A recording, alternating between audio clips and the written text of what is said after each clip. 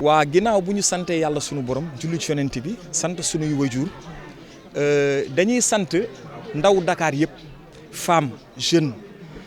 adultes ba ci 3e âge ci taxawaay bu am solo bi li ñu fi dajale tey muy conférence religieuse boo xamante ne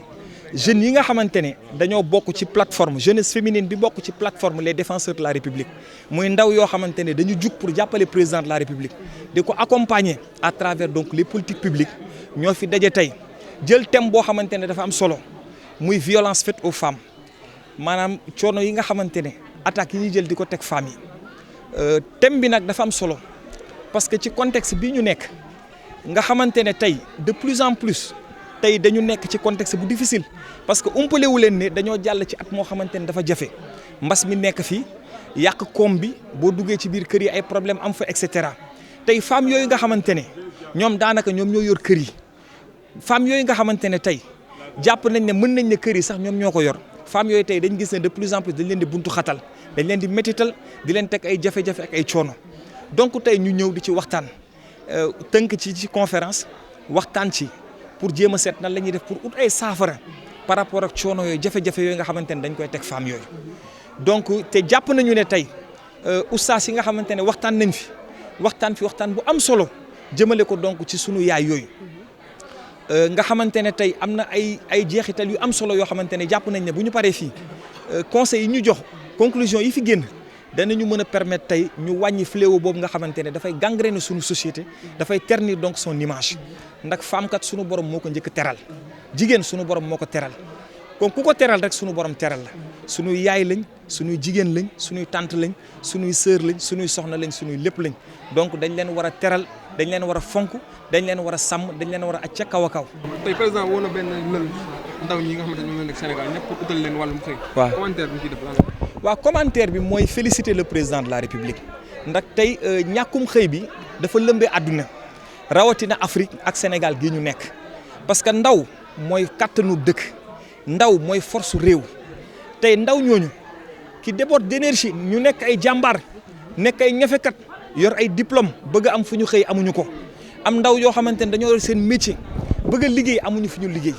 président kat gis ne ndaw ñooñu war nañ leen mën a jàppale. donc ci loolu mu woote forum boobu mu jëloon nga xam ne rek fa woote woon conseil présidentiel bi mu woote woon léegi ci conseil présidentiel bi ñun satisfaction lañ ci am ndax engagement yi président jël foofu ak partenaires techniques ak financiers yi nga xamante ne ñoom la fas yéene ànd ak loolu ak secteur privé ak le patronat ak syndicalistes yi ak l'ensemble des forces vives de la nation nga xamante ne teewoon nañu foofu engagement yi ñu jël yooyu ay engagement yu dal xel la ñu ciy sant suñu borom bu baax a baax et puis di wax ne dañuy ñaan ndaw ñi li ma ci gën a ëppal solo mooy le contenu de la formation parce que tey formation yi nga xamante ne dañ koy def li ci ëpp ça ne répond pas aux besoins du marché de l'emploi te tey koom bi fi mu toll nga xamante ne découvrir nañ pétrole science yi nga xamante ne ni dafa jëm tey ci ingénierie électricité yi nga xamante ne tey boo demee tey ci réewu occidentaux yi da nga fay fekk tey ay xam-xam yoo xamante ne nii dafa ay xam-xam yu dëppoo ak science la tey xam-xam yooyu noonu tey moom la ñu dajale tey moom la ñuy woo tey jeunes yi pour ñu orienter wu jublu foofu n'est-ce pas et puis di woo patronat bi secteur privé bi nga xamante ne moo am vocation pour créer xëy secteur privé pour mu jàppale ndaw ñooñu n'est-ce pas et puis di woo président ci engagement yooyu mu jël mu taxaw ci jàppale ñu fexe respecté ko parce que ndaw ñi kat ay jàmbaar lañ.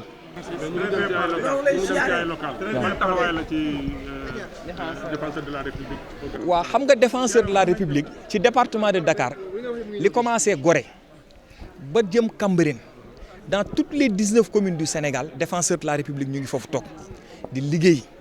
di accompagner donc son excellence le président de la République di liggéeyal la jeunesse di liggéeyal les femmes di liggéeyal les adultes donc ñun avant local di ñëw préparé wu nañ en conséquence donc lenn rek la ñuy wax mouvance présidentielle mooy élection mënuñu ko gagner dans la division c'est seulement dans l'unité qu'on pourra gagner les élections donc dañuy woo ñëpp ci rassemblement ci unité bu ko defee danañu mën a gagner élection yi waaw di woote jeunesse bi di leen woo ci jàmm ak salaam ak dal waaw surtout réew ci jàmm lañ koy gérer ak dal waaw jërë ngeen jëf